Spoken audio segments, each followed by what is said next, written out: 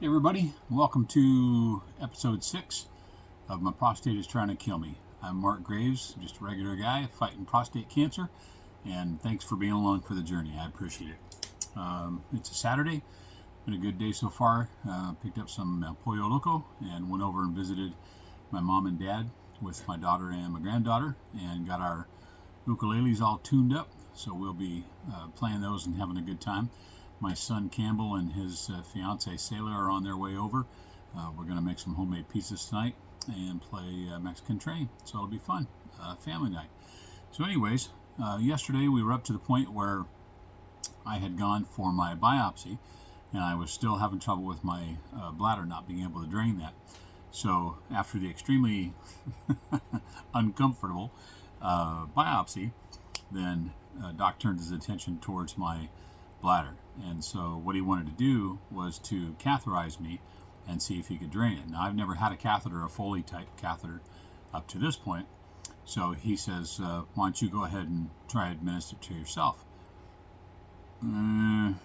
Okay. So you guys that have had one, you know what that's like to get one. Well, to give one to yourself and never having had one before, I tried it. I said, okay, I'll give it a shot. So, they pull it out of the package, and this big old long plastic thing, and it's kind of lubed up. And so I started doing what you do with a catheter, and it started in okay. And I was like, wow, this is amazing. And then when I got to where my prostate was, it went from amazing to the feeling of broken glass with some lava mixed in. And I thought, oh, that's not going to work. So I backed that back out and tried it one more time. Wasn't going to happen. So the male nurse that was there said, do you mind if I give it a try? I'm like, yeah, sure, go ahead. And so he gave it a try. Still not going to happen. It was painful. So we took a fourth shot at it, and kind of gave it the old ramrod, and I just couldn't take it. It was not going to happen. So Doc came in and he says, you know what? He goes, I think we put you through enough for one day. So I had the biopsy without any local, and then I had the 4 attempts to get the Foley catheter into my bladder, and they couldn't. It wouldn't make it past my prostate. And at the time, we had seen no, MRIs of it or anything like that. Had no idea that it was as large as it was and crushing the urethra as much as it was. Urethra, as much as it was. And I got to check on that word. I've used the wrong one. But at any rate, the tube that you pee out of was getting crushed, and the catheter wasn't going to make it through. So I was feeling pretty dejected. I went ahead and got dressed. He says, why don't you come and see me in a couple of days at my other office, and we'll check it out. And I said, okay. So at this point, I'm by myself. I'm walking out of the building, and just crushed, just emotionally drained, physically drained.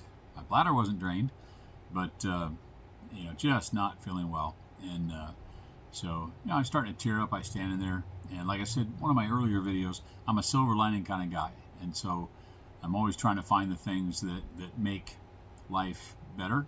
Find the lemonade out of the lemons, whatever you want to call it.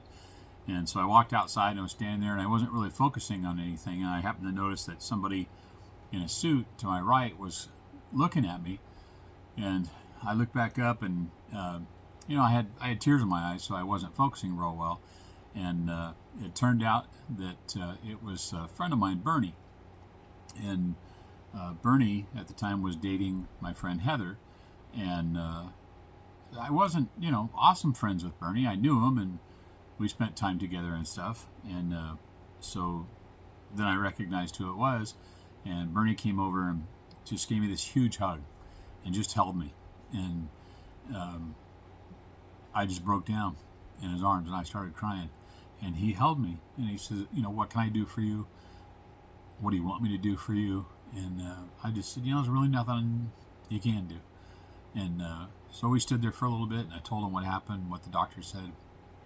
And it was good. He gave me, he was working. He gave me about 15 minutes of his time, and that was enough to get me straightened out, get me calmed down enough to be able to get on the road and head home, which I did. So, those are the things that you find in life when you're at your lowest and things are terrible.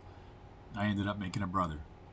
Bernie and I are, like this now, and I don't know if without the cancer we'd be at that point, but we are. And he's just a fantastic human being, and I love the man. So you always got to find those silver linings that are in there. So at this point, still haven't dreamed of a ladder, and I'm heading home. So tomorrow I'm going to pick that up. I got a great night ahead of me tonight. Going to have a blast. So I hope you guys are enjoying your weekend. Have an awesome time tonight, no matter what you're doing. If you want to follow my journey with me, please feel free. Click the subscribe button below. Give me a like if you like it. Hit the little bell, and you'll know when a new video goes back up. This one's posted a little later than I normally would do, but it's been a busy day. So thank you all for joining me. God bless you. Love you all, and I'll see you tomorrow.